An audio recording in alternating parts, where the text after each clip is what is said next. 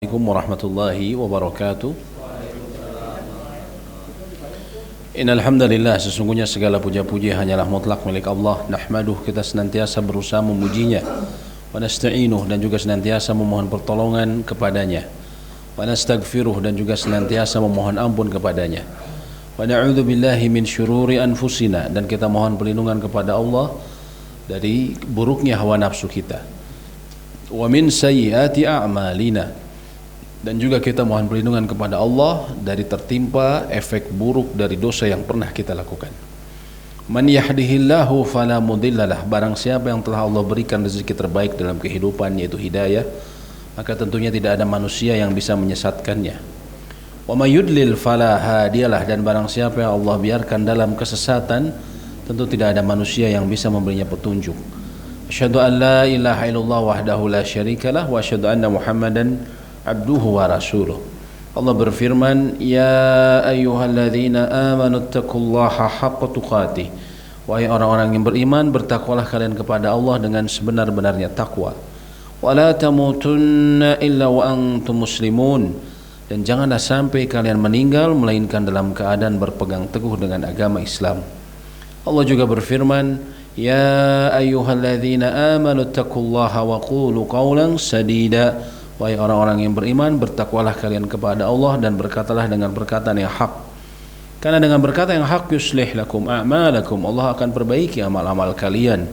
Wa yaghfir lakum dzunubakum, dan mengampuni dosa-dosa kalian. Wa may yuti'illah wa rasulah, barang siapa yang selalu berusaha taat kepada perintah Allah dan Rasulnya, faqad faza fawzan 'azima, dia sungguh telah mendapatkan kemenangan yang agung, kesuksesan yang sejati. Amma ba'du, falhamdulillah, alhamdulillahilladzi bi ni'matihi tatimmu shalihat. Segala puji bagi Allah yang atas limpahan kenikmatannya sempurnalah kebaikan.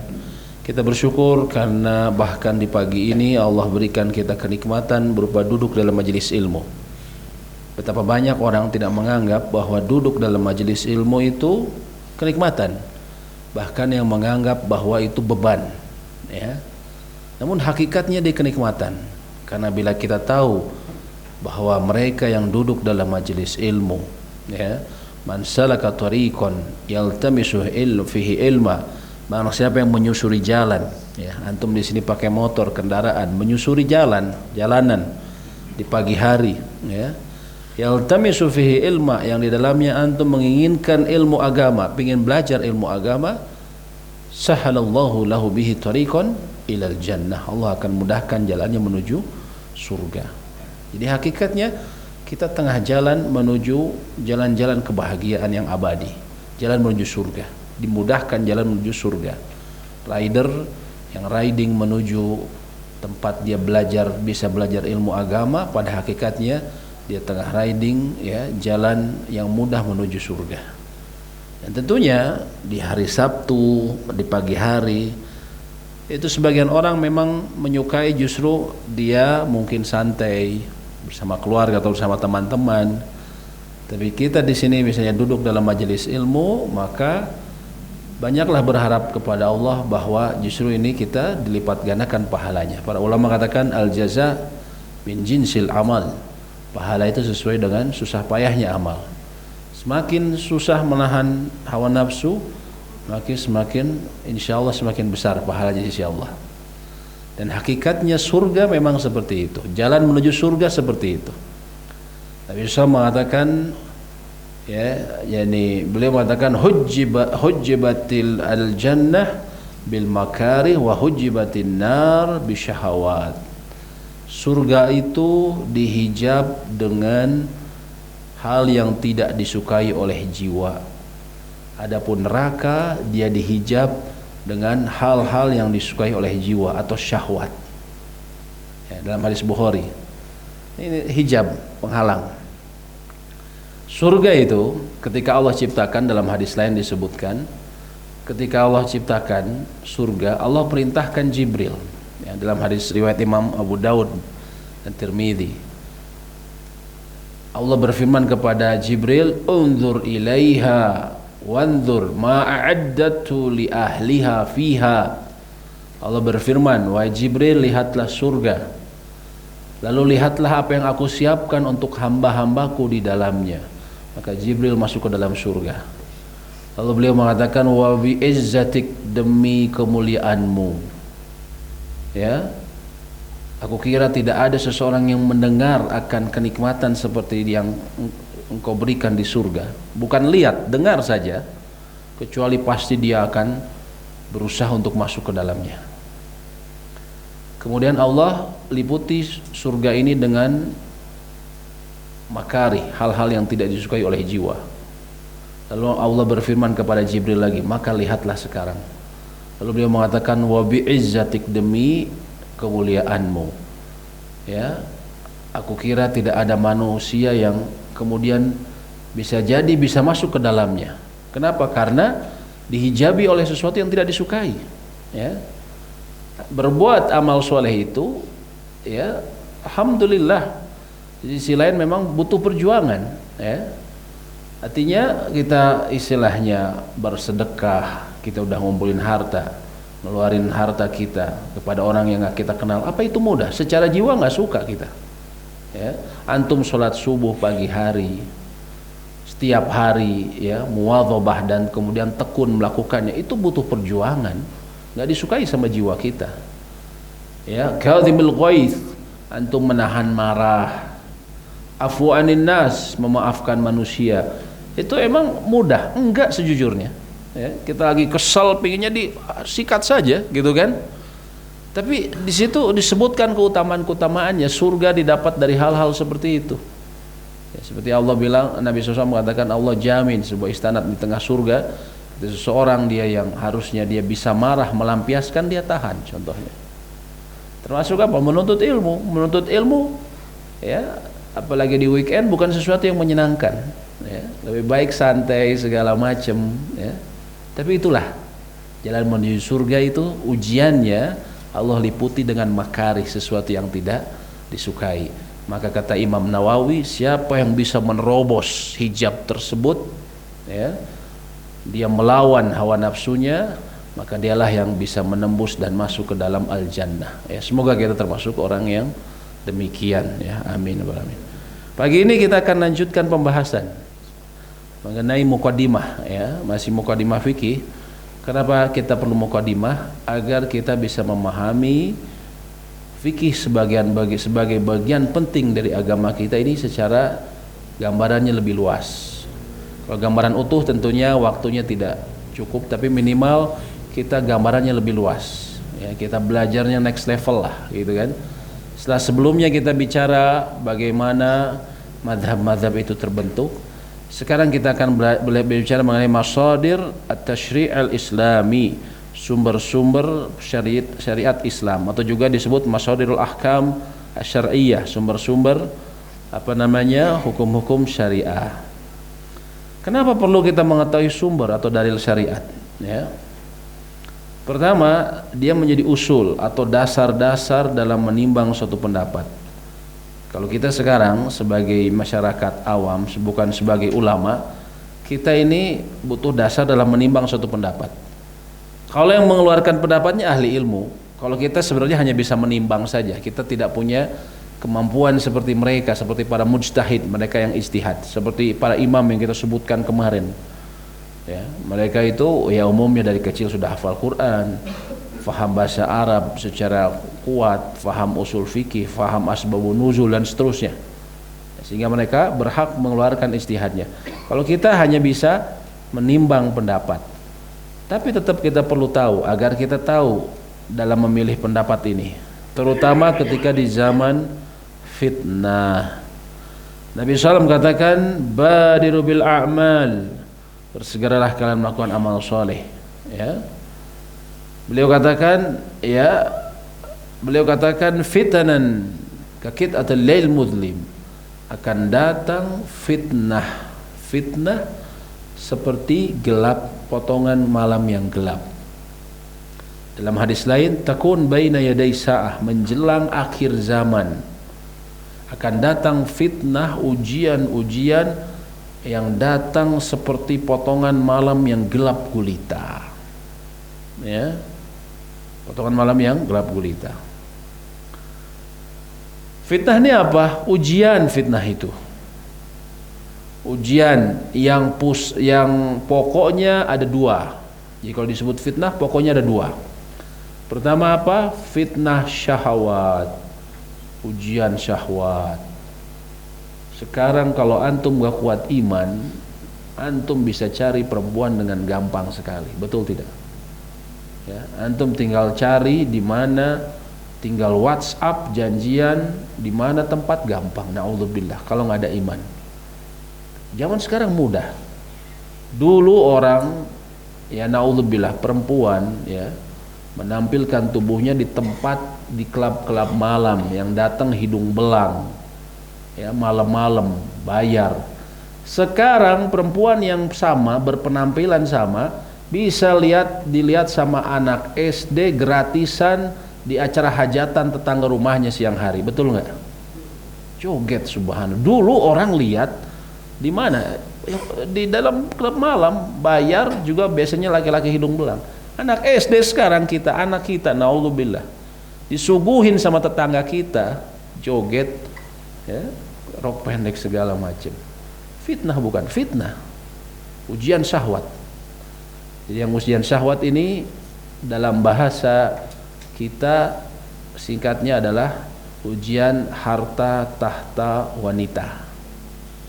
Ya, hubungan dengan harta, dengan kedudukan, juga dengan wanita. Sifatnya duniawi, itu syahwat. Ujian syahwat. Ya. Yang satu lagi pokok dari fitnah yang berikutnya adalah syubuhat yang berhubungan dengan kerancuan agama. Gak ada dulu orang mempertanyakan sholat 5 waktu emang ada dasarnya di Al-Quran. Gak ada dulu orang nanya kayak gitu. Sekarang ada. Gak ada orang yang ngaku bicara sama malaikat, ngusir malaikat, bicara sama semut. Gak ada dulu orang gila aja gak tampil di TV, gak tampil di YouTube ya. Gak ada dulu kayak gitu. Tapi sekarang apa? Ada yang bicara kayak gitu, yang pengikutnya banyak juga. Heran kan? Ya. Ada yang bilang umroh mah ke Eropa, cenah ulah ka iya, ya. Pakai baju Sinterklas. Yang ikut berapa? Ribuan orang, bus-busan. Kan kita, ya Allah, ini kok yang kayak gini ya? Ini apa? Sunatullah.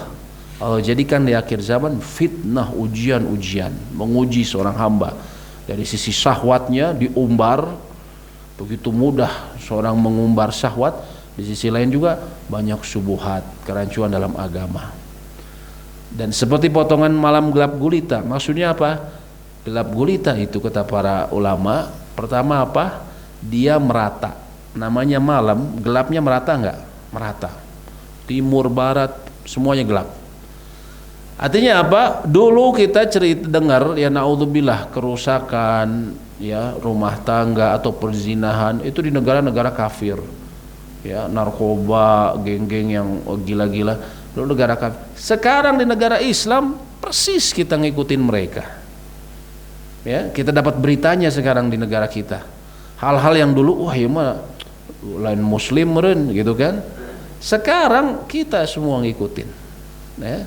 Jadi apa? Merata fitnahnya.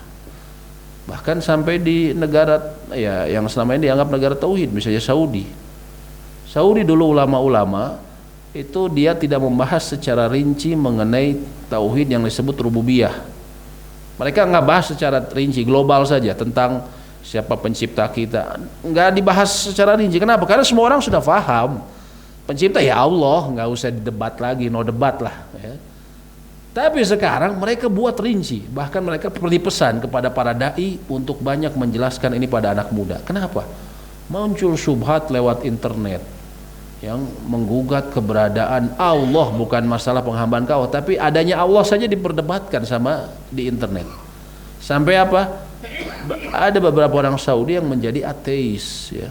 Makanya para ulama di sana sekarang buat juga pembahasan mengenai tauhid rububiyah, ya, bahwa ada pencipta, Allah satu-satunya pencipta, ya. Dan mereka bilang dulu kita nggak memperdalam ini, maksudnya nggak memperjelas. Sekarang ada fitnah ini, sampai di Saudi saja dapat kayak gitu, ya. Dan diantara yang paling parah Nabi SAW mengatakan yusbihu rajulu mu'mina, ada seorang yang pagi hari masih mukmin, wa yumsi kafira, tapi sore harinya kafir. Au yumsi mu'mina wa yusbihu kafira, atau sorenya masih mukmin, ikut sholat berjamaah sama kita, besoknya apa? Kafir. Naudzubillah.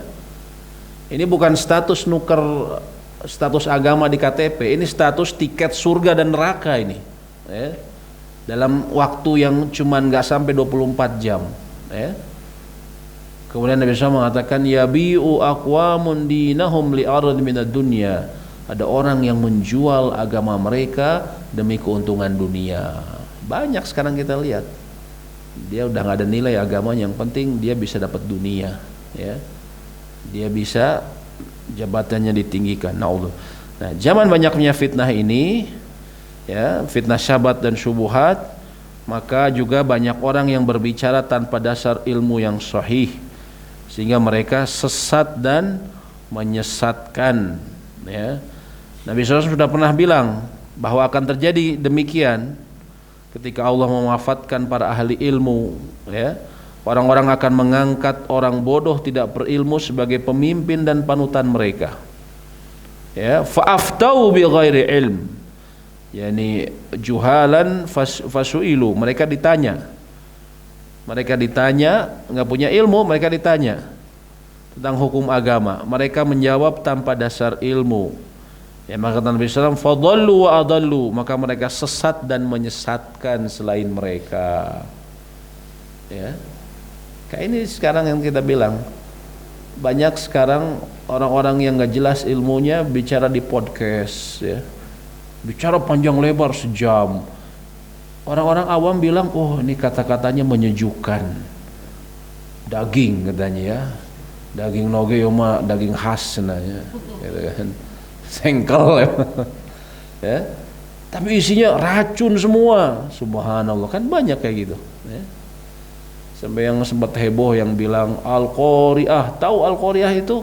Al-Qari'ah itu artinya pembaca Quran. Qari'ah, kalau orang yang ngerti bahasa Arab ketawa luar biasa itu. Yang satu Qari'ah, satu Qari'ah pakai ain gitu kan. Terus dia sok tahu gitu, menunjukkan kebodohannya. Ya, dia dosen fisika di Bandung, ya. Dan yang lebih celaka lagi apa, saya lihat video-videonya dia yang nonton tuh 100.000 orang. Ustadz sangat sangat menenangkan hati saya mendengar ceramah Ustadz. Allahu Akbar. Ngomong kayak gitu menenangkan, ya. Itu aneh kan orang itu, ya, di Bandung itu, ya. Dan orang yang kenal dia ini dosen fisika katanya. Dia tuh pernah proses transformasinya, pernah ngilang 3 bulan, ya. Yang keluarganya nggak ada yang tahu dia kemana, termasuk istrinya. Datang lagi 3 bulan, tiba-tiba sudah pakai sorban putih, ya. Langsung jadi mengklaim ustadz, buat majelis, ngomongnya aneh-aneh, ya. Nah, itu hati-hati siapa namanya, Saiful itu, ya. Kita sebutkan karena memang dia jelas sesat menyesatkan, ya, di Bandung itu, ya. Saya yang lihat videonya tuh 100.000 orang, 150.000 orang, subhanallah, subhat. Dan berbicara agama tanpa ilmu ini adalah bagian dari dosa besar, ya. Ini kita harus paham. Jadi nggak bisa sembarangan bicara ilmu ini, ya. Ketika Allah menyebutkan bahwa dalam surat Al-A'raf ayat 33, qul innama harama rabbiyal fawahish ma dhahara minha wa ma batan, Allah mengharamkan perbuatan yang keji, yang tampak ataupun tersembunyi, ya, wal itsm, dan dosa, wal baghi bi ghairil haq, dan melanggar hak manusia tanpa alasan yang benar, wa an tusyriku billahi ma lam yunazil bihi sultana, dan kau mempersekutukan Allah, berbuat syirik. Lalu Allah sebutkan apa dosa berikutnya? Antaqulu Allahi ma la ta'lamun. Engkau berbicara tentang Allah atau tentang syariat Allah yang kamu tidak ketahui, bicara tanpa ilmu. Ini termasuk dosa besar. Bahkan Ibnu Qayyim mengatakan kalau istinbatnya beliau, berbicara agama tanpa ilmu itu bahkan lebih besar dari kesyirikan, kata beliau. Karena seseorang seolah-olah mengatakan ini adalah aturan Allah, padahal bukan. Ya, kata Ibnu Qayyim, dan disebutkan secara berurutan dosa yang kecil, keji, dosa melanggar hak manusia sampai kesyirikan, Sehingga yang terakhir kata Ibnu Qayyim itu berarti menunjukkan dosanya lebih besar, ya. Apapun itu, ya, bicara tanpa ilmu, ulama sepakat akan haramnya. Karena bicara dalam agama harus berdasarkan dalil. Apa yang disebut dalil? Ya, dalil secara bahasa artinya petunjuk atas sesuatu yang hendak dituju. Yang disebut dalil tuh kayak road sign, antum melihat di jalanan naik motor, lurus belok kanan. Nah, itu dalil dalam bahasa Arab secara bahasa. Ya, dalilnya mana nih kita harus belok kanan? Tuh ada petunjuknya. Ya. Dalilnya mana nggak boleh parkir di sini? Tuh ada tulisannya P coret. Itu disebutnya dalil secara bahasa. Ya. Secara istisari, ya ini kami terjemahkan dari sejumlah kitab usul fikih. Setiap sesuatu yang dijadikan petunjuk, ya, dijadikan tadi kaisain tadi, melalui pengamatan yang benar atas hukum syariah yang sifatnya pengamalan. Jadi petunjuk ini dibuat sama ulama melalui apa? Ya, pengamatan yang benar atas hukum syariah. Ya, diamati yang sifatnya pengamalan, baik dengan jalan yang qat'i, yang pasti, ataupun yang dhoni, yang perkiraan. Ya. Jadi ini sesuatu yang dijadikan petunjuk melalui pengamatan yang benar. Para ulama mengamati, oh ternyata petunjuk dalam agama kita ini. Untuk kita melakukan amalan tuh petunjuknya ini, perintahnya ini, dari sini dari situ. Ya. Jadi nggak asal para ulama tentunya. Ya. Dalil syar'i ini melalui pengamatan yang benar atas hukum syariah. Dalil syar'i ini sebenarnya banyak. Setiap madhab itu ada beberapa hal yang berbeda. Ya, tapi ada 4 yang disepakati oleh seluruh madhab. Ini khususnya dalam fikih, ya. Disebutnya masadirul ahkam al-muttafaq alaiha, sumber-sumber hukum al-muttafaq alaiha, yang disepakati atasnya. Apa saja? Ya. Pertama jelas Al-Qur'an. Ini disepakati, ya. Ini disepakati, bahkan apa? Bahkan dalam aliran yang sesat sekalipun mereka pakai Al-Qur'an. Kedua apa? As-Sunnah. Ya. Ketiga apa? Al-Ijma', ya, kesepakatan para ahli ilmu. Yang keempat apa? Al-Qiyas. Ini disepakati dalam fikih.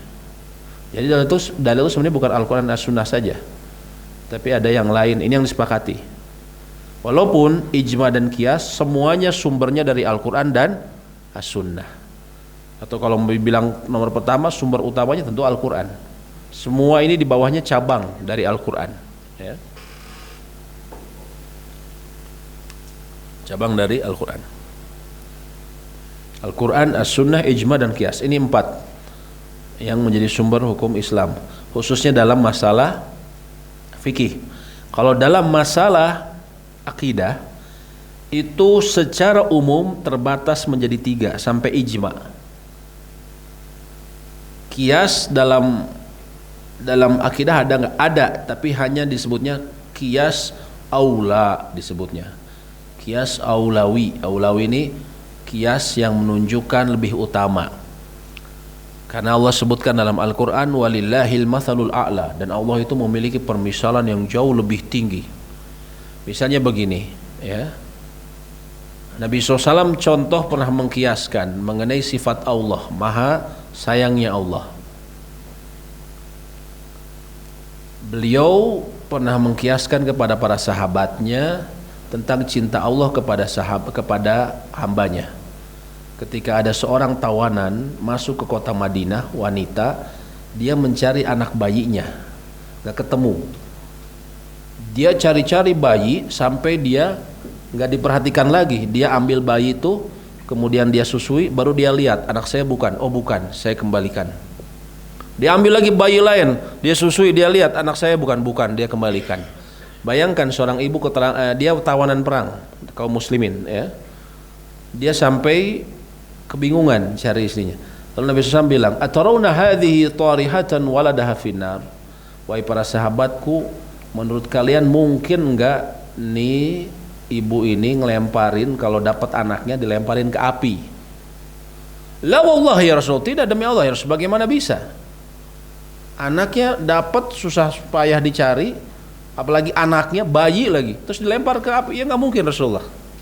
Kalau Nabi SAW mengatakan, Lallahu arhamu bi ibadihi min hadhihi bi waladiha. Allah itu lebih sayang kepada hambanya dibandingkan ibu ini terhadap anak bayinya. Itu perumpamaan bukan? Kias bukan? Kias, tapi aula, Allah yang lebih utama. Jadi kalau dalam akidah, kias itu hanya dipakai kias aulawi namanya. Kias yang menunjukkan Allah itu akan selalu lebih utama. Cuman terbatas pada itu. Tapi secara umum dalil untuk akidah itu Al-Quran, As-Sunnah dan Ijma. Khususnya Ijma salafus saleh. Adapun dalam fikih dia yang disepakati mengambil 4 ini, ya, semuanya dipakai. Yang disepakati semua mazhab. Al-Quran jelas dia hukum utama, sumber hukum utama dalam syariat. Bahkan firqah-firqah sesat. Di antara antum mungkin ada yang tahu, mungkin ada teman yang sempat ikut sufi sampai ninggalin sholat, ada nggak? Ada punya pengalaman, punya teman, atau mungkin antum ada yang pernah ikut sufi, ya? Ikut sufi terus sampai ninggalin sholat, ada nggak? Ya, Anda pernah kajian di Cigadung penjelasan mengenai marotibuddin, tingkatan agama Islam, Muslim, mukmin dan muhsin. Beres kajian ada seorang kakek bilang, Ustaz, kakak saya ya 70 tahun ya, sudah pensiun ya, juga udah 2 tahun ini pensiun sholat. Allahu Akbar. Gimana Pak pensiun sholat Pak? Udah 2 tahun. Dia ikut kajian di Bandung Selatan katanya. Bukan kajian Bandung Selatan ya, tapi kajian di Bandung Selatan itu pengajian. Pengajian di Bandung Selatan. Terus dia bilang, kiainya itu bilang, kita ini sudah lewat namanya syariat, kita sudah makrifat dan tahu hakikat, jadi nggak perlu lagi sholat karena itu mah syariat katanya. Subhanallah, 70 tahun di penghujung umur pensiun sholat, antum bayangin ya, antum terus dia nggak sholat ya. Dan itu anak dengar ada itu juga temannya ibu gitu, dia di daerah nggak jauh dari Pusdai ya. Jadi kalau ada ngumpul-ngumpul waktunya sholat asar, dia silakan mau sholat, dia nggak ada halangan, tapi dia nggak sholat. Kenapa? Oh, saya sudah makrifat ya, sudah tahu hakikat katanya kan gitu, nggak sholat. Subhanallah. Jadi ternyata bahkan di Bandung juga ada yang kayak gitu. Sekarang anda tanya, mereka pakai dalil nggak kayak gitu? Apa dalilnya? Ada yang tahu? Kalau ada yang tahu, dalil Al-Quran, mereka pakai Al-Quran, jangan salah antum, pakai Al-Quran ya. Jadi ini menunjukkan bahwa aliran sesat itu pakai dalil. Mereka pakai dalil dalam surat Al-Hijr ayat 99. Dalam surat Al-Hijr ayat 99 Allah berfirman, wa'bud rabbaka, dan beribadalah kepada Rabbmu, hatta ya'tiyakal yaqin, sampai datangnya al-yakin kepadamu. Orang sufi nganggap kita disuruh beribadah kepada Allah sampai yakin. Kayak antum ya, antum pokoknya terus setel walkie-talkie sampai ke motor rombongan sampai Dago. Sampai Dago apa? Matiin kan? Pokoknya sampai Dago aja gitu kan. Mereka menganggap kita beribadah sampai yakin. Jadi kalau saya sudah yakin Allah yang menciptakan, Allah yang mengatur rezeki, ya sudah kan, beribadahlah sampai datangnya yakin, kata mereka. Nah di sini pakai dalil mereka, antum jangan salah. Subhanallah. Jadi masalah apa? Mereka tidak memahami dalil sesuai standar. Ulama tafsir yang dijadikan patokan dalam memahami Al-Quran, mereka sepakat al-yakin yang dimaksud dalam ayat tersebut bukan yakin seperti itu, tapi maknanya adalah al-maut. Maknanya itu, beribadalah kepada Rabbmu sampai datangnya al-maut, sampai datangnya kematian kepadamu. Itu maksudnya ayat. Nah ini tentu lihat bagaimana, bahkan aliran sesat itu pakai dalil, tapi mereka memahami dalilnya tidak benar ya. Nah ini mengenai Ya tentunya mereka yang berpaling dari Al-Quran, fa inna lahum ma'isyatan donka, bagi mereka kehidupan yang sempit. Mereka yang menolak Al-Quran sebagai sumber hukumnya, dikasih duit banyak, harta, jabatan, tapi kalau nolak sempit hatinya, ya. Orang yang menolak Al-Quran sebagai sumber hukum, Allah sebutkan dalam surat Al-Maidah 44, 45, 47. Sama Allah firman-Nya, "Wa man lam yahkum bima anzalallah", barang siapa yang tidak menghukumi, memutuskan perkara berdasarkan apa yang diturunkan Allah. Ayat 44 Allah sebutkan, "Faulaika humul kafirun", mereka orang-orang kafir. Ini yang tingkatannya paling besar, dia menentang ayat-ayat yang mungkin berkaitan dengan akidah, mereka kafirun. Dalam 45, "Faulaika humul zalimun", mereka orang-orang yang zalim.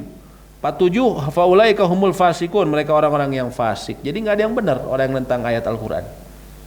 Warisan mah udahlah pakai adat aja lah, masyarakat kita gimana, nggak usah Al-Quran lah.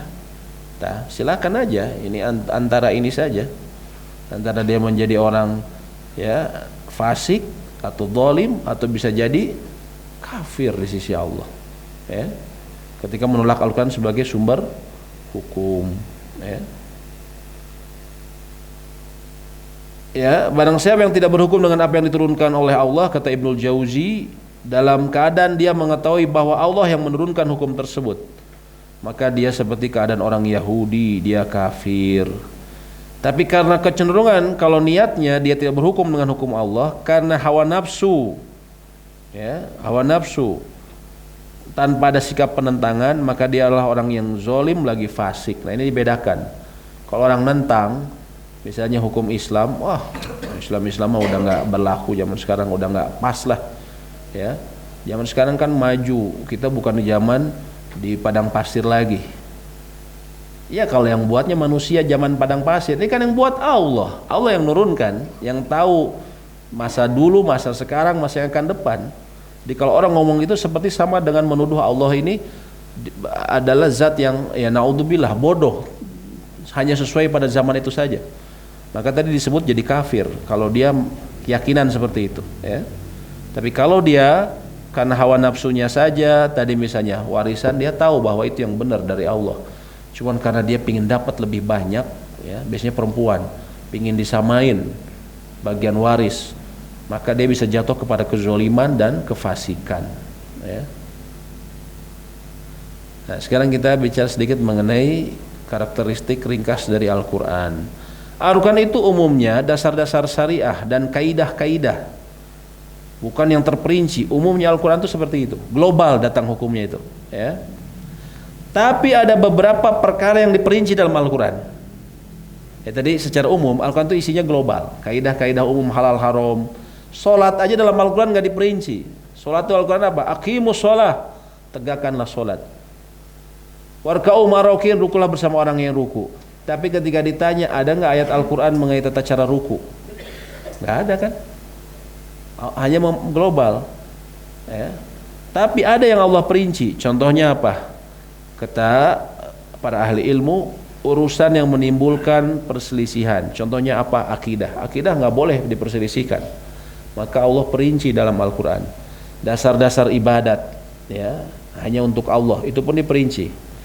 Juga kadang ada perkara fikih yang tidak akan berubah sesuai dengan berubahnya zaman atau tempat. Contohnya apa? Waris. Waris ini menjadi ajang perselisihan. Kakak adik bisa musuhan, bahkan bunuh-membunuh gara-gara apa? Waris, betul nggak? Ya. Makanya apa? Allah jelaskan secara rinci. Sholat nggak dijelaskan secara rinci. Antum pengen tahu waris, buka An-Nisa 11, 12, 13. Ancamannya di 14. Barang siapa yang menentang hukum Allah dan melewati batas, maka bagi dia neraka jahanam khalidina fiha, lama. Khalidin di sini bukan abadi tapi lama, ya. Jadi perkara yang ada kemungkinan manusia berselisih, Allah perinci, seperti hukum waris. Juga apa? Muharramat nikah, orang yang diharamkan nikah dengan kita, Allah perinci, ya. Ini tidak akan berubah sepanjang zaman. Dan hukuman sejumlah kemaksiatan, ya. Jadi perkara yang kira-kira akan menimbulkan perselisihan dan tidak boleh berubah, Allah perinci. Juga di dalamnya ada dasar-dasar syariah, maqasid syariah, halal dan haram yang para manusia, para imam, mujtahid mereka bisa mengambil kesimpulan hukum.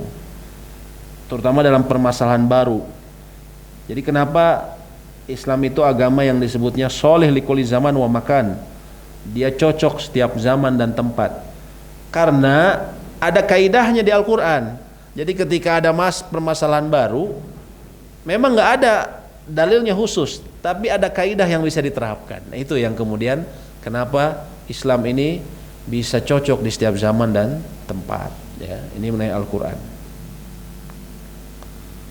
Ya. Contohnya begini. Hal yang kaidah yang sangat sering kita dengar, ad-daruratu tubihul madhurat. Keadaan darurat itu diperbolehkan yang dilarang, sebelumnya diharamkan. Ini dari ayat Al-An'am ayat 145 contohnya. Di situ Allah sebutkan ya, qul la ajidu fima uhiya ilayya muharraman. Tidak kudapati dalam apa yang diwahyukan kepadaku sesuatu yang diharamkan memakannya kecuali apa? Bangkai, darah yang mengalir, marus, itu haram. Daging babi, karena semua itu rijsun, kotor, dan atau hewan yang disembelih bukan atas nama Allah. Tapi Allah sebutkan famaniturra ghaira baghin. Tapi siapa yang terpaksa, ya, ghaira baghin, bukan karena pingin, ya, terpaksa dia di hutan nggak ada makanan lain, ada cuman hewan di sini babi hutan. Kalau dia nggak makan dia mati, ya, nggak ada makanan sama sekali, maka dia saat itu boleh makan babi hutan atau bahkan makan bangkai, ya, selama apa? Bukan karena pingin, bukan karena ini lagi viral katanya enak daging babi, misalnya nyobian cina gitu kan. Bukan karena bagin. Dan apa? Tidak melampaui batas darurat. Kalau dia sudah cukup selamat, sudah, jangan ditambah lagi makannya. Nah, ini ayat mengenai ini dipakai ke berbagai permasalahan, sampai dipakai ke hukum, mohon maaf, contohnya bagaimana hukum wanita yang haid tawaf di Masjidil Haram. Para ulama mengatakan kalau itu hari terakhir dia di Mekah, besoknya dia harus pulang ke tanah air misalnya, dia masih haid, maka dia boleh tawaf dalam keadaan haid. Sebenarnya nggak boleh hukum asalnya menurut mayoritas ulama. Dalilnya apa? Dalilnya ini, Anda bayangkan. Dalilnya masalah ini. Kenapa? Karena dalil ini ada kaidahnya yang akhirnya diambil dari ayat ini. Ulama mengambil kaidah ad-daruratu tubihul mahdhurat. Keadaan darurat itu memperbolehkan yang sebelumnya dilarang. Ya. Antum pakai pakaian najis, pakai sholat boleh nggak? Antum cuman ini satu-satunya celana antum di motor lagi touring, ya, antum sudah bersihin, tapi ya memang ada yang bagian susah, misalnya bagian dalam, atau saya bisa ini aja, nggak bisa sempurna. Kalau dalam keadaan darurat ada hal yang sebelumnya tadi tidak diperbolehkan menjadi diperbolehkan. Antum nggak nemu sama sekali air, ada air, cuman ini untuk minum kita saja. Kita sudah keliling nggak ada air nih buat bersuci. Ya, maka saat itu ada solusinya, ya, antara lain misalnya tayamum, walaupun memang secara syar'i ya rukhsah bukan darurat. Tapi anggaplah kalau darurat itu naudzubillah, ya. Misalnya antum dalam naudzubillah seseorang kecelakaan, nggak ada air, nggak boleh pakai air, nggak boleh tayamum juga. Sekarang kalau dia kecelakaan apakah wajib sholat? Masih wajib sholat kalau masih ada akalnya. Lalu gimana? Nggak bisa? Ini nggak bisa Pak. Ini di jalan tadi naudzubillah misalnya keserempet stum misalnya, naudzubillah. Misalnya ya, naudzubillah. Ya. Astagfirullah, naudzubillah-nya. Lah stum teh ngatulah beca lah gitu. Serempet gitu kan. Akhirnya nggak bisa wudu, nggak bisa tayamum. Nah, itu bagaimana? Para ulama katakan dia sholat sesuai dengan keadaannya, nggak usah wudu, nggak usah tayamum. Itu kenapa? Ad-daruratu tubihul mahdhurat. Keadaan darurat memperbolehkan sesuatu yang diharamkan sebelumnya. Dari apa? Dari ayat ini. Itu Al-Quran. Ya, bagaimana? Dan ini membutuhkan akal-akal yang cerdas, para mujtahid, ulama-ulama terdahulu. Nah, Al-Quran yang benar ditafsirkannya gimana? Ini supaya kayak tadi, jangan sampai dia nggak ninggalin sholat gara-gara apa? Ada di ayat oke, beribadalah sampai datangnya yakin. Saya sudah yakin. Dia menafsirkan tidak dengan standar. Nah, ini menafsirkan Al-Quran dengan standar menurut umumnya ulama. Pertama, Al-Quran itu ditafsirkan dengan Al-Quran. Ya. Contohnya, ihdinas siratal mustaqim, tunjukilah kami, berikanlah kami hidayah menuju jalan siratal mustaqim. Siratal mustaqim itu apa? Ditafsirkan di ayat berikutnya, siratal ladzina an'amta alaihim, yaitu jalan orang-orang yang telah Engkau beri nikmat, ghairil maghdubi alaihim wadhdallin, bukan jalan yang mereka Engkau murkai dan mereka yang sesat. Nah, itu tafsiran Al-Quran dengan Al-Quran. Kalau orang nanya siratal mustaqim itu apa? Nah, itu ayat di ayat berikutnya. Siratal ladzina an'amta alaihim, jalan orang yang telah Engkau beri nikmat ya Allah, bukan jalan yang Engkau murkai atau sesat. Menafsirkan Al-Quran dengan As-Sunnah, contohnya apa? Ghairil maghdubi alaihim, maghdubi alaihim yang kau murkai itu apa? Dolin itu siapa? Kita cari, ternyata Nabi SAW pernah menjelaskan. Nabi SAW pernah ditanya, ya Rasulullah, manhub maghdubi alaihim, siapa yang mereka Allah murkai? Beliau mengatakan, humul Yahud, mereka itu Yahudi. Dolun, manhum dolun, ya, dolin itu kalau dalam bentuk objeknya. Dolun, siapakah mereka dolun? Kata Nabi SAW, humun nasoro, mereka itu Nasrani. Maka Al-Quran ditafsirkan dengan apa? Sunnah, dengan ucapan Nabi SAW, penjelasan Nabi. Juga dijelaskan dengan perkataan para sahabat. Ini yang ketiga urutannya, dengan perkataan para sahabat. Ya, maknanya, ya, misalnya Allah berfirman dalam Al-Baqarah ya 238, wa qumul lillahi qanitin, berdirilah kalian kepada Allah ya untuk melaksanakan sholat dalam keadaan khusyuk. Ya, bukan, di ayat sebelumnya, di ayat yang sama Allah berfirman apa namanya, salawatu wa qumul lillahi qanitin. Sebentar, ayatnya itu apa? Salawatil wusta wa qumu lillahi salawati al wusta. Wusta, salat wusta. Nah ini, hafidhu ala salawati was salatil wusta, jagalah oleh kalian salat-salat dan juga salat wusta. Salat wusta ini salat yang dapat penekanan, salat pertengahan. Kita tahu apa itu salat wusta? Itu dari perkataan para sahabat. Para sahabat mengatakan sholat wusta itu ada yang mengatakan subuh, ada yang mengatakan asar. Tapi yang paling populer itu asar. Itu yang sholat yang antara lain, semua sholat harus dijaga. Tapi kalau asar itu ada kekhususan. Nabi SAW bilang barang siapa meninggalkan sholat asar dengan sengaja, dia seperti kehilangan keluarga dan hartanya. Dia pulang ke rumah semuanya dirampok. Itu orang nggak sholat asar tuh kayak gitu, kata Nabi SAW. Pulang ke rumah kebakar, keluarga sudah hilang kemana. Itu seperti orang kehilangan sholat asar. Itu dari siapa tadi? Wusto ini, itu bahwa itu asar, sahabat. Juga menafsirkan Al-Quran dengan perkataan para tabi'in. Tabi'in ini muridnya sahabat. Kita sering dengar nama Mujahid, ada Qatadah, itu muridnya para sahabat. Ya, kata Mujahid, tidaklah aku melewati satu ayat kecuali aku pernah dapat penjelasan dari Ibnu Abbas di mana ayat ini diturunkan, untuk apa. Maka perkataan mereka juga dijadikan sebagai tafsir. Yang kelima adalah menafsirkan Al-Quran dengan bahasa Al-Quran dan As-Sunnah, yaitu bahasa Arab, keumuman bahasa Arab. Jadi bahasa Arab juga dijadikan, tapi itu bahasa Arab zaman dulu sampai abad ke-1 ya. Dulu ada sahabat yang mulia Ibnu Abbas, beliau bingung makna fatir ya. Fatir itu apa maknanya? Sampai dia mendengar ada dua orang Arab berselisih, memperselisihkan sebuah lahan yang diolah sama mereka, dikelola. Salah seorang dari mereka mengatakan, ana fatartu hadza, saya yang fataro ini. Oh, maksudnya tuh saya yang buat ini. Jadi fatir itu apa? Yang membuat dari sebelumnya nggak ada. Oh, di situ. Di situ akhirnya apa? Ditafsirkan kata fatir dengan dari bahasa Arab yang asli. Nah, ini cara menafsirkan Al-Quran, bukan dengan seseorang baca terjemahan kayaknya ini begini deh. Nah, itu nggak bisa ya. Ada disiplinnya, ada disiplinnya ya. Ada disiplinnya ya. Makanya tadi jangan salah, bukan berarti ini ada dalilnya nggak? Ada Pak, ini Pak. Bukan berarti langsung kita oh ya udah benar ada dalilnya. Belum tentu, bisa jadi dia tadi nggak standar seperti orang sufi.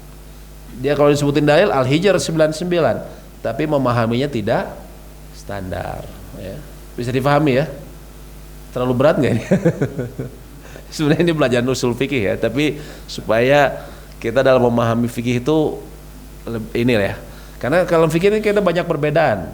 Kalau kita wawasannya tidak luas, kita akan mudah cenderung menyalahkan. Nah, mah kieu macam nama, ieu mah Syafi'i ieu mah. Nah, misalnya kan. Karena kita nggak tahu, itu bisa jadi kan. Nah. Gitu ya. Lanjut. Sekarang kita bicara as-sunnah.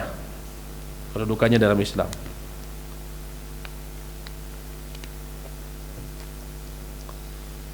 As-sunnah ini tergantung siapa yang mengartikannya. Kalau yang populer di kita ini sunnah ini mah itu mah istilah fikih. Yang disebut kata para ulama fikih ma yuthabu fa'iluhu wa la ya'tham tarikuhu. Yaitu orang yang melakukannya dapat pahala, enggak melakukan enggak berdosa. Itu istilah ulama fikih. Sunnah. Kalau ulama akidah bilang pokoknya dia adalah sumber akidah sahihah, lawan dari bid'ah, itu sunnah.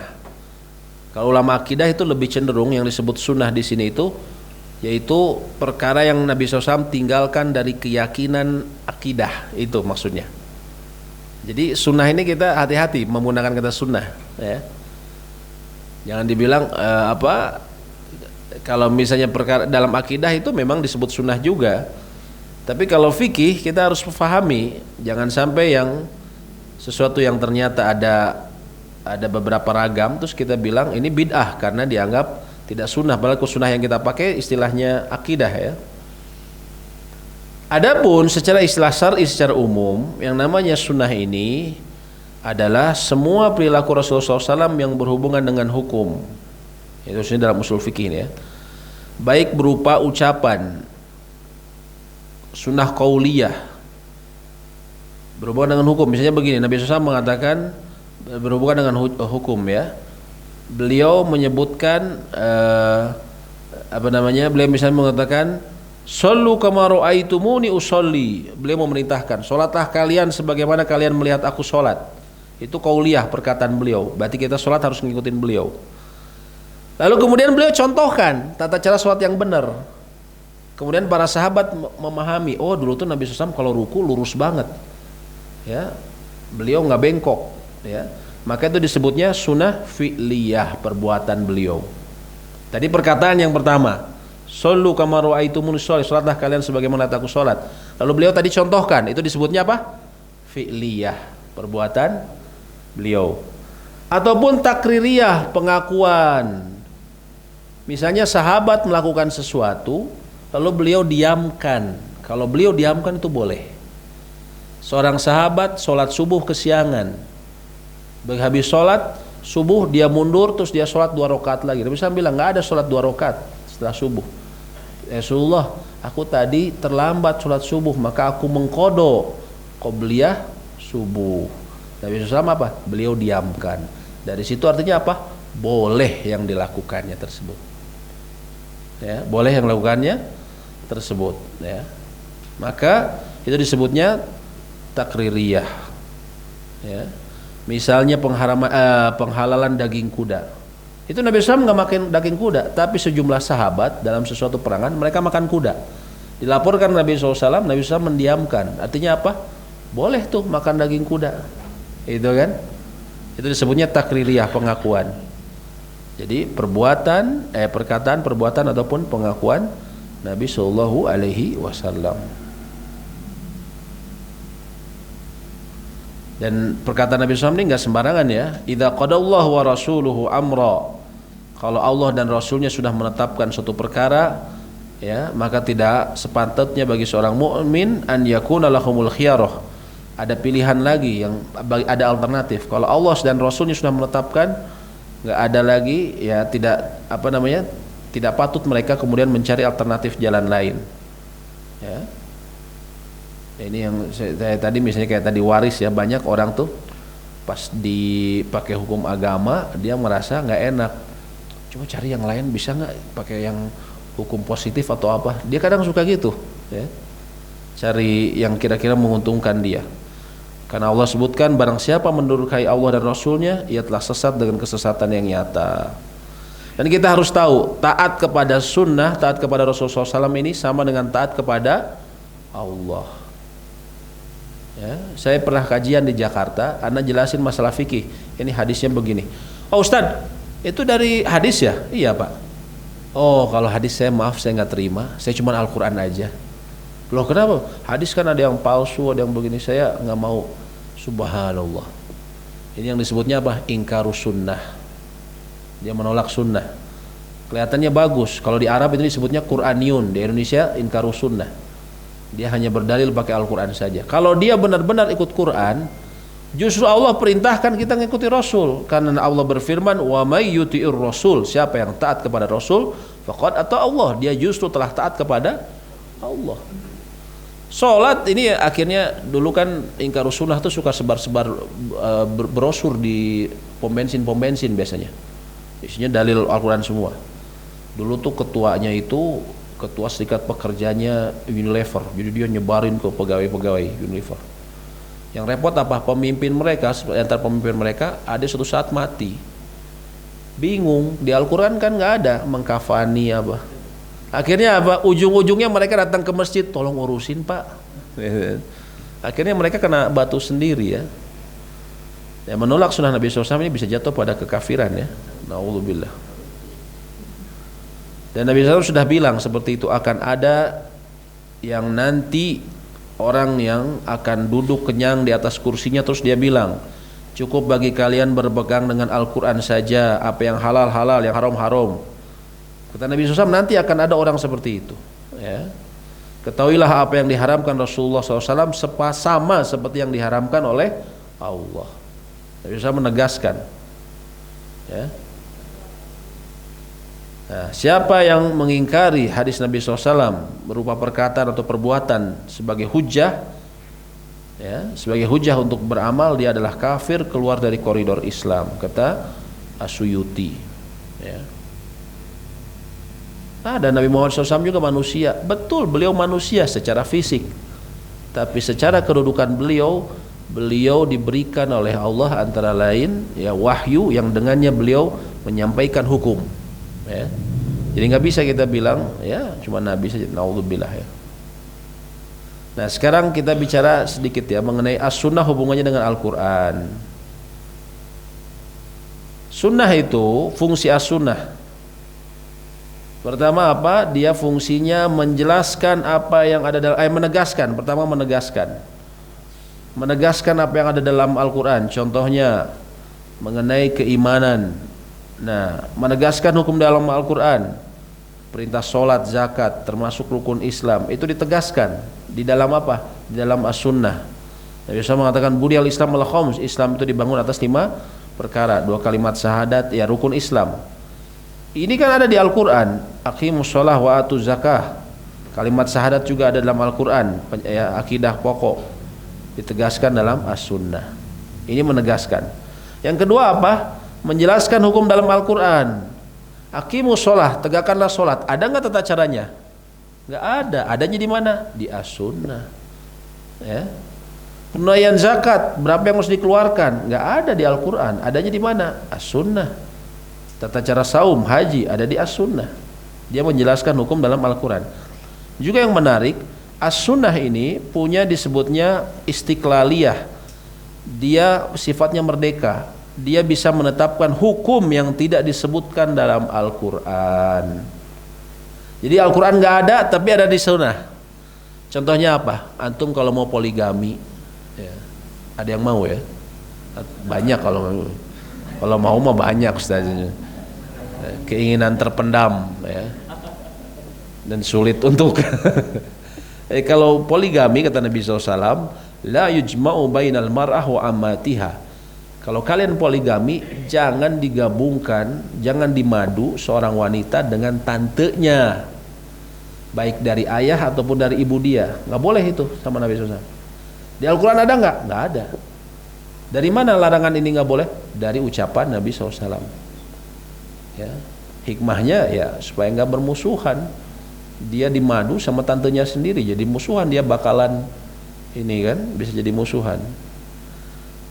Haramnya daging keledai, keledai dagingnya haram, nggak ada dalam Al-Quran, tapi dalam sunnah. Haramnya saudara sepersusuan seperti saudara kandung. Kalau antum pernah menyusu pada seorang wanita dan ada seorang wanita juga menyusui di wanita yang sama, antum tidak boleh menikah dengan dia selama-lamanya. Aturannya di mana antara lain? Di as-sunnah, ya. Maksudnya hukumnya sama seperti saudara kandung. Nah, jadi as-sunnah itu bisa tiga, bisa menegaskan, bisa menjelaskan, bisa juga bahkan ada hukum yang tidak ada dalam Al-Quran, ya. Nah, ini subhanallah. Jelas ya? Tapi dalam as-sunnah ini, dari perkataan Nabi, perbuatan Nabi, ada yang hukumnya taklifi. Taklifi ini beban syariat. Ada yang wajib, misalnya tadi shollu kama ra'aytumuni usolli, salat kalian sebagai orang salat, maka wajib mengikuti salat cara beliau, ya. Kemudian apa? Ada yang sunnah, yang memang disukai. Artinya contohnya beliau mengatakan Nabi SAW itu menyukai tayamun, selalu memulai dari kanan. Itu hukumnya apa? Sunnah, ya, mustahab, disukai. Sunnah dalam istilah orang fikih, ya. Ada juga yang mubah, ya, mubah. Contohnya apa? Pada zaman beliau itu orang-orang Arab banyak yang memanjangkan rambut. Beliau memanjangkan rambut, tapi itu bukan perintah, itu mubah saja. Kalau bicara boleh, boleh saja, gitu. Tapi bukan harus demikian. Ada yang hukumnya makruh. Nabi SAW pernah melarang kencing sambil berdiri, tapi beliau pernah kencing sambil berdiri di sebuah tempat sampah. Sehingga para ulama kemudian, oh ini berarti bukan haram, ini hukumnya apa? Makruh. Itu dari apa? Melihat dari ucapan dan perbuatan beliau. Beliau larang kencing sambil berdiri, tapi beliau pernah kencing sambil berdiri di tempat sampah. Sehingga para ulama memahami, oh nggak sampai haram, tapi hukumnya makruh. Ada juga haram, ya, misalnya apa? Haram, banyak perkara yang haram, ya. Mengatakan beliau misalnya tentang riba, la'anallahu mukilar riba, akilar riba wa mukilah. Allah melaknat pemakan riba, pemberinya, pencatatnya, dua orang saksinya. Nabi SAW artinya mengharamkan riba selain dalam Al-Quran juga, ya. Nah, jadi as-sunnah itu secara hukum tidak semuanya wajib, tidak semuanya sunnah, tapi berdasarkan difahaminya lima ini namanya hukum taklifi. Ini difahami oleh para ahli ilmu, mereka yang menentukan ini haram, ini makruh, dan seterusnya, ya. Lanjut. Cepetan nggak? Anda kecepatan nggak? Cepat. Ada cukup. Ya, okay. Sekarang kita bicara sunnah. Kita bicara sunnah kan tentunya tahu sumbernya dari mana? Dari hadis kan? Nah ini kita supaya tahu nih ya, supaya kita, ini gambaran umum ya, supaya antum punya pengetahuan tentang hadis. Kalau yang sudah tahu, alhamdulillah. Dari sisi penyampaian, hadis itu nyampe ke kita ada dua. Pertama apa? Ada yang mutawatir, ada yang ahad. Mutawatir ini apa? Mutawatir ini yang diriwayatkan secara berjamaah, jumlah besar. Misalnya sahabat banyak yang meriwayatkan. Terus contohnya Nabi SAW pernah bilang, beliau ketika di Mina, ketika hajian, beliau mengatakan, nadhara abdan sami'a maqalati fawa'aha fabalagha liman lam yasmaha. Semoga Allah memberikan cahaya kepada seseorang, maksudnya cahaya pada hari kiamat, pada seseorang yang mendengar perkataanku, hadisku, lalu dia sampaikan kepada orang yang belum pernah mendengarnya, atau belum kepada orang yang tidak mendengarnya. Itu Nabi SAW bicara seperti itu di Mina. Itu yang sahabat yang ngedengerin banyak, karena yang hajian banyak, maka hadisnya itu banyak, sahabat yang meriwayatkan itu banyak. Dari sahabat diriwayatkan ke siapa? Ke generasi setelahnya, tabi'in. Tabi'in yang meriwayatkan juga banyak. Dari tabi'in diturunkan ke tabi'ut tabi'un di bawahnya, banyak juga, ya. Sehingga jumlahnya banyak. Mereka berbeda zaman, sahabat sama tabi'ut tabi'in kan beda zaman, kehalang mereka sama tabi'in, ya. Dan di antara mereka ada yang tinggal di negeri Syam, ada yang tinggal di Jazirah Arab, ada yang tinggal di Irak dan seterusnya, sehingga nggak mungkin mereka berdusta. Kalau sekarang kita bisa janjian ngebohong, WhatsApp aja dulu. Nanti kalau ditanya kita ngejawabnya ini semua ya, gitu kan? Kan bisa kita. Dulu nggak ada cerita kayak gitu. Jadi apa? Kalau memang itu mutawatir dari berbagai tingkatan ini banyak, ya, maka dia itu sudah pasti perkataan Nabi SAW. Istilahnya memberikan informasi ilmu yakin, nggak ada keraguan bahwa itu memang datang dari Nabi SAW. Contohnya begini, hadis yang diriwayatkan 70 sahabat. Man kadzdzaba alayya muta'ammidan, barang siapa yang berdusta atas namaku secara sengaja, falyatabawa waq'adahu minan nar, maka hendaklah dia menyiapkan tempat duduknya di neraka. Ini mutawatir. Berarti apa? Ini benar-benar perkataan Nabi SAW. Apalagi kalau disebutnya mutawatir lafaz. Lafaznya itu semua sama sahabat. Itu yakin bahwa itu memang Nabi SAW persis ngomongnya kayak gini. Ya, persis ngomongnya. Ini keistimewaan agama kita, nggak ada di agama lain. Ya. Yang kedua apa? Ada yang disebutnya mutawatir secara makna, hadis tentang mengangkat doa saat berdoa. Para sahabat yang menceritakan mengenai mengangkat doa saat berdoa ini, hadisnya redaksinya beda-beda, tapi maknanya sama. Disunahkan pada beberapa bentuk doa itu ngangkat tangan. Maka disebutnya mutawatir. Ya. Nah, kalau yang meriwayatkannya nggak banyak, itu disebutnya ahad. Contohnya apa? Sahabat yang meriwayatkannya cuma 1 orang, 2 orang, atau 3 orang. 3 orang itu dianggap sedikit. Maka dia disebut ahad. Nah, di hadis ahad inilah kemudian ada yang namanya sahih, ada yang hasan, ada yang dhaif. Kalau mutawatir nggak kenal namanya sahih. Kalau mutawatir itu sudah pasti benar perkataan Nabi SAW. Kalau hadisnya benar-benar mutawatir. Tapi kalau hadisnya dikit, baru kita bicara sahih nggak nih? Kalau hadisnya ahad, jadi istilah sahih, dhaif itu hanya pada hadis ahad saja, yang diriwayatkan oleh 1 orang sahabat atau 2 orang sahabat, 3 orang sahabat. Ya. Sahih itu ada yang lidzati sendirinya, ada yang li ghairihi. Dia menjadi sahih karena banyak hadis yang serupa dengan dia. Hasan pun begitu. Hasan di bawahnya sahih tapi bisa diamalkan. Li ghairihi ada lidzati, ada yang dhaif. Ini dari sisi penerimaan dan penolakan. Kita bisa amalin nggak? Ya, kalau hadisnya sahih amalin. Kalau hasan masih bisa diamalkan. Dhaif, ya dhaif enggak. Tapi kalau dhaif biasanya suka dipakai untuk fadail amal. Sebagian ulama yang menggunakan kalau tidak dhaifnya tidak terlalu parah, suka digunakan untuk pendorong amal, motivasi amal. Ya. Ini hadis ahad. Hadis sahih itu seperti apa sih? Hadis sahih itu gini, intinya dia mempunyai 5 syarat. Ini syaratnya. Ya. Antum nih kuliah nih ya. Antum kuliah usul fikih ya. Enggak apa-apa ya.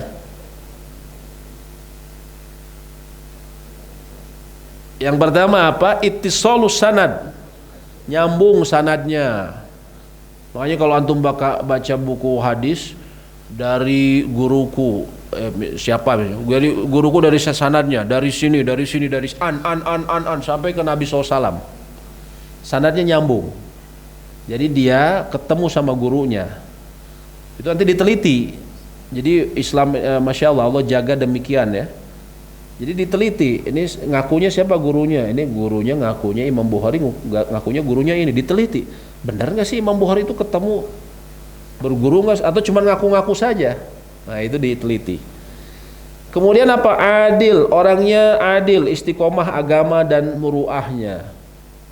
Ya, orang tahu nih orang istiqomah agamanya, sholat 5 waktu, sholat terus ya di masjid, dan menjaga muruah. Jangan sampai sholat ke masjid namanya, tapi mau malam mingguan gembrang-gembreng sisi jalan. Nah, berarti tidak menjaga apa? Muruah. Pas ke masjid ya, tapi pas bagian nongkrong ikut nongkrong juga ya, gitu kan, gombrang-gombreng ya. Berarti dia sudah cacat adilnya disebutnya kalau kayak gitu. Ya. Kemudian dobit, hafalannya kuat, punya catatan yang valid. Masalah adil ini kayak Imam Syafi'i itu, Imam Bukhari itu sangat teliti ya. Imam Bukhari itu pernah mau mengambil hadis ke seorang laki-laki syekh. Hanya saja ketika nyampe ke sana, Syekhnya tuh begini. Dia Imam Bukhari di sampingnya. Dia ngambil disebutnya kis. Kis tuh wadah yang biasa juga diisi makanan. Dia manggil tunggangannya, hewan tunggangannya, kuda atau unta ya. Misalnya kayak kita kalau memang ya ngasih kita pura-pura makan, tapi dia tunggangannya ngambil kisnya ini. Si hewannya kan nganggap ada makanan. Datang dia.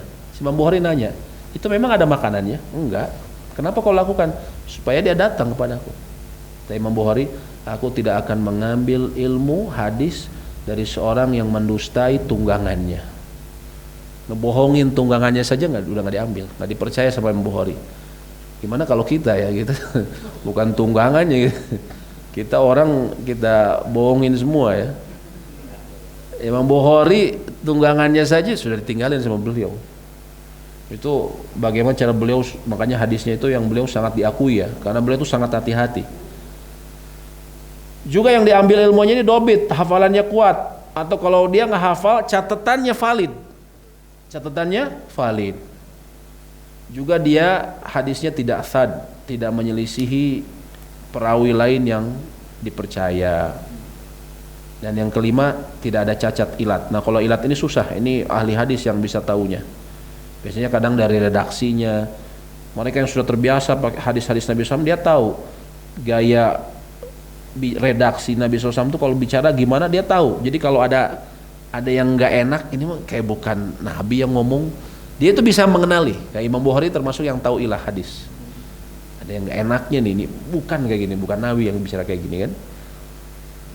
Kalau 5 ini terpenuhi, maka baru disebut sahih. Sanadnya nyambung, orang-orang yang nyambung tadi adalah orang yang terkenal istiqomah, menjaga muruahnya, juga dia punya hafalan kuat. Kalau nggak hafalan kuat, catatannya valid dan tidak menyelisihi riwayat lain yang lebih kuat dan tidak ada cacat. Kalau itu maka hadisnya sahih. Ini gambarannya. Contohnya Imam Bukhari. Imam Bukhari ngaku mengambil ilmu dari Abdullah bin Yusuf. Salah satu dari hadisnya. Ini disebutnya namanya apa? Sanad. Ngambil ilmu dari siapa? Dari Abdullah bin Yusuf. Abdullah bin Yusuf. Abdullah bin Yusuf ngambil dari Imam Malik bin Anas, gurunya Imam Syafi'i. Malik bin Anas ngambil ilmu dari Nafi, mantan budaknya Abdullah bin Umar. Nafi mengambilnya dari Abdullah bin Umar. Ibnu Umar ngambilnya dari Rasulullah SAW. Ini namanya, ini perawi ya. Ini mata rantai ini sampai ke Nabi disebutnya sanad. Lalu apa yang disampaikan ini disebutnya matan hadisnya ya. Ini perawi, ini sanadnya, ini matannya. Ini semua apa? Nyambung ke Nabi SAW. Ini taunya gimana? Ulama mempelajari biografinya. Imam Bukhari memang pernah belajar ke Abdullah bin Yusuf. Abdullah bin Yusuf ternyata dipelajari biografinya, dia pernah belajar ke Imam Malik. Imam Malik memang pernah belajar ke Hanafi. Hanafi jelas karena dia mantan budaknya Abdullah bin Umar. Abdullah bin Umar jelas anaknya Umar bin Khattab, dia belajar sama Nabi. Ini diteliti sama para ulama tuh. Jadi kita menetapkan yang 5 tadi itu berdasarkan penelitian, nyambung sanadnya. Terus mereka bagaimana kualitas orang-orangnya? Oh jelas Bukhari, siapa nggak kenal, agamanya terkenal. Abdullah bin Yusuf, Imam Malik, bintangnya ulama, Nafi, semuanya diketahui biografinya. Ya, kemudian apa? Mereka semua terkenal hafalannya kuat. Ya. Imam Bukhari itu ya luar biasa. Dia hafal ya 100.000 hadis kan, sahih ya. Nah ini semua diteliti. Baru kemudian bisa diterima matannya kalau semuanya terpenuhi ya, itu ya. Ini gambarannya. Kalau Hasan dia hanya satu saja. Contoh ini hadisnya inna abwabal jannah tahta dhilalis suyuf. Pintu surga itu berada di bawah bayangan pedang. Ini hadisnya Hasan. Jadi Hasan itu hanya kurang ininya saja. Dia hafalannya kurang. Kadang suka lemah dia. Jadi sisi hafalannya, dobitnya ini kurang. Ya. Satunya lagi doif. Kalau doif dia tidak tercakup syarat-syarat tadi. Syaratnya hilang. Satu dari syarat tadi hilang. Kalau yang hasan itu dia ada sedikit kekurangan saja di dobit, tapi kekurangannya tidak parah. Tapi kalau doif hilang syaratnya. Dia memang orangnya tidak jaga muruah atau hadisnya terputus atau memang dia tidak terkenal hafal ya. Maka hadisnya doif. Doif contohnya doif yang terkenal. Awalu syahri Ramadan rahmah. Awal bulan Ramadan itu rahmat, tengahnya magfirah, akhirnya pembebasan dari neraka. Ini kan antum sering dengar bulan kemarin ya. Waktu Ramadan banyak banget yang ceramah nyampein hadis ini kan. Ini hadisnya apa? Dhaif. Ya. Sedikit lagi. Ini kitab hadis yang 6. Ya. Yang jadi sumber. Dan ini kitab jadi yang jadi sumber utama antara yang 6. Sahih Bukhari, Sahih Muslim, Abu Daud, Tirmizi, Nasai dan Ibnu Majah. Nanti ini Anda bagikan ya. Nanti antum bisa kasih setan juga ya. Nah sampai sini aja dulu. Ini juga udah lumayan ya. Baik, kalau ada yang ditanyakan atau diskusi silahkan.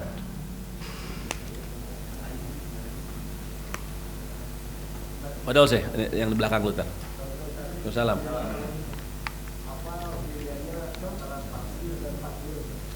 Tafsir dan takwil. Tafsir Allahu a'lam bissawab itu sebenarnya istilah saja. Takwil itu dahulu digunakan oleh para ulama salaf sebagai istilahnya sama dengan tafsir. Contohnya apa? Nabi SAW mengucap kepada Ibnu Abbas radhiyallahu taala anhu, beliau mengucapkan Allahumma alimhu at-ta'wil, Allahumma faqihu fid din wa alimhu at-ta'wil. Itu doanya Nabi kepada Ibnu Abbas. Ya Allah, berikanlah dia pemahaman pada agama. Ini ketika Ibnu Abbas masih anak kecil. Dan berilah dia wa alimhu at-ta'wil, dan ajarkanlah dia kepada dia ta'wil. Apa itu ta'wil? Maksudnya tafsir. Jadi kata ta'wil pada ulama salaf dulu dianggap sebagai tafsir. Tapi ulama pertengahan karena mulai banyak penyimpangan dalam memahami Al-Qur'an, ta'wil ini lebih kemudian dia mengalihkan makna Al-Qur'an yang benar kepada makna lain yang tidak ada dasarnya. Mengalihkan ya.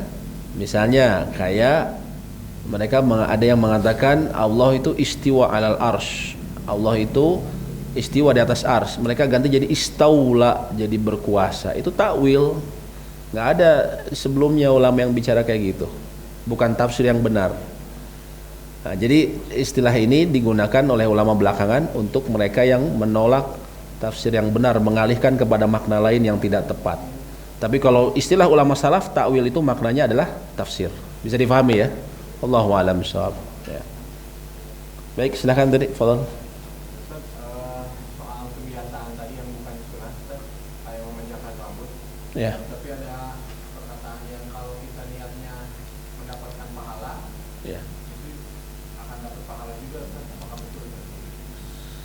Bisa jadi Allahu a'lam bishawab. Cuman kan itu disebutnya apa ya? Jibiliyah, memang kebiasaan orang Arab saat itu. Dalam hal seperti itu, dia juga harus melihat keadaannya. Sisi lain Nabi SAW mengatakan bahwa seseorang itu menghindari suhroh, pakaian suhroh. Jadi pakaian suhroh ini pakaian yang membuat dia berbeda sama orang lain. Jadi apa istilahnya ya?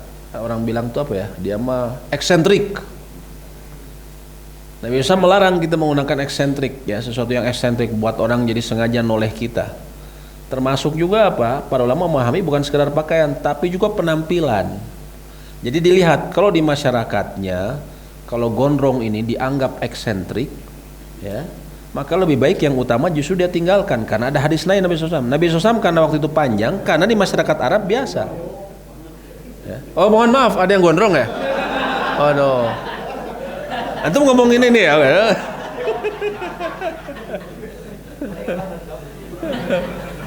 Orang senaya mari. Afwan yang nggak bermaksud antum ya, secara umum ya. Jadi dilihat ya dalam hal ini, karena ada hadis itu tadi. Ya, jangan sampai niatnya suhroh. Ya. Misalnya begini, mohon maaf, kalau misalnya dai, ya rambutnya gondrong kan aneh juga gitu ya, kalau di masyarakat kita ya. Nah dalam hal ini jadi dilihat. Kalau dalam masyarakatnya ternyata dianggap tidak baik, lebih baik dihindari, seperti itu. Allahu a'lam bishawab. Ya. Silakan, Pak Dok.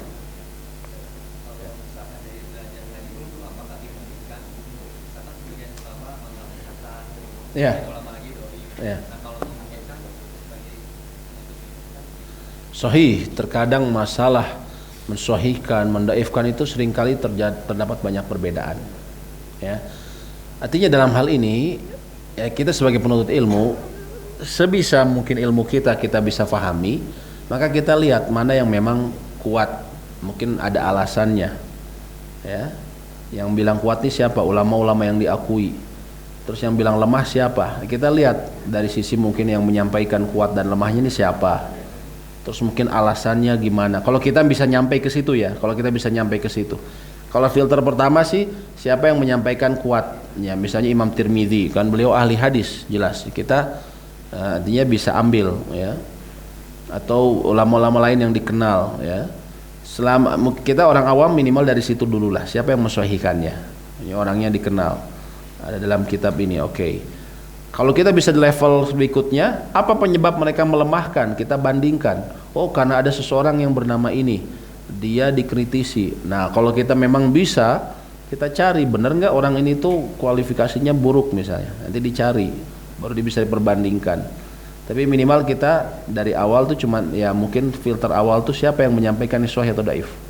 Yang kedua faedahnya apa? Kalau ternyata masih diperselisihkan oleh ulama yang dikenal keilmuannya akan hadis, maka kita berlapang dada. Contohnya apa? Contohnya kayak membaca Al-Kahfi dalam surah hari Jumat. Itu kan diperselisihkan. Sebagian ahli hadis mengatakan sahih, sebagian lagi dhaif. Ya, dalam hal seperti itu, ya kita nggak bisa nyalahin, saling nyalahin. Ada dasarnya seperti itu. Ya, ya sebenarnya kayak Yasin saja sama. Yasin itu ada hadisnya, cuma dhaif. Sama kayak Al-Kahfi sebenarnya.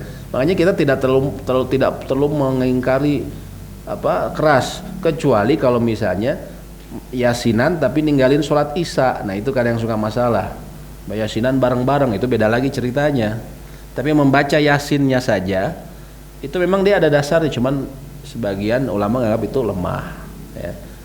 Intinya kita harus tahu kalau misalnya memang diperselisihkan secara kuat mengenai kesohihan kayak tadilah Al-Kahfi ya. Baik, kita wajib berlapang dada ya. Karena memang ada ulama-ulama di Saudi banyak mensohihkan hadis Al-Kahfi itu kan. Tapi misalnya di Indonesia ya anggaplah kayak Perhimpunan Al-Ihsan mengatakan hadisnya dhaif gitu kan. Tapi ulama di Saudi sendiri banyak yang mensohihkan. Ya, Allahu a'lam bishawab ya. Baik, ada lagi yang ya Fadol sih.